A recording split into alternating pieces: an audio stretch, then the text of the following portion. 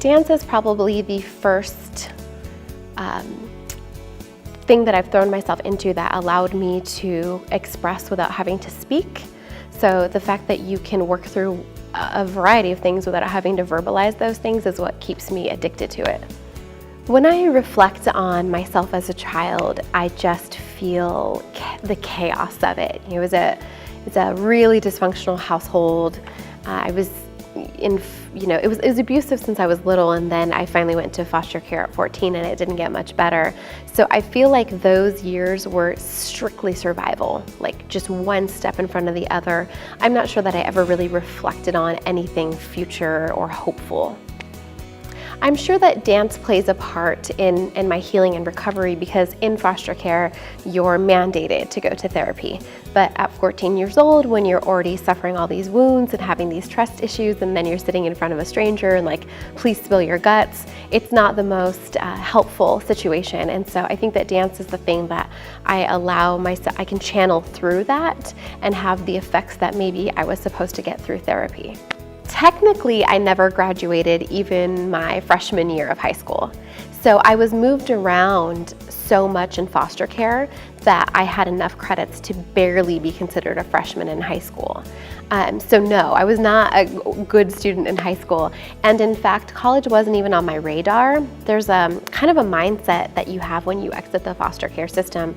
And for me, that mindset was that college and future plans and that sort of stuff was for them, and I didn't consider myself part of them.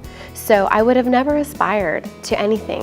There's just been key little mentors along the way that have planted seeds, and one of them encouraged me to just try a community college class. She said, just try one.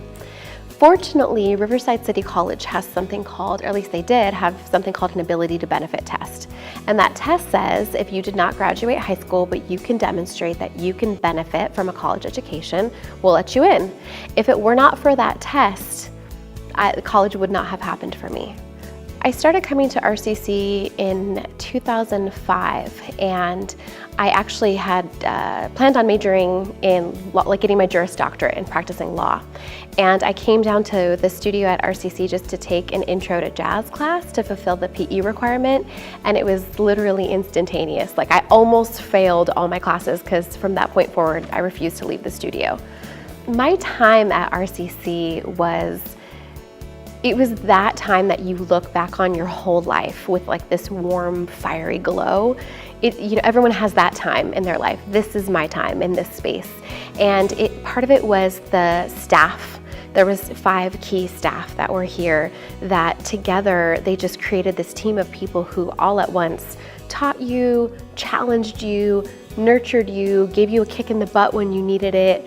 And it was through them that I moved into a space where I realized that this was going to be it for me. So I really think it was my time at RCC that laid that foundation. I instantaneously fell in love with dance, so that sort of love was like all-encompassing.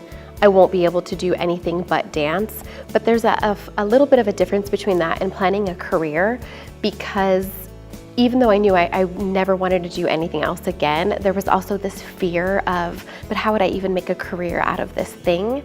And I probably would have just stayed at RCC and danced indefinitely in my comfort zone.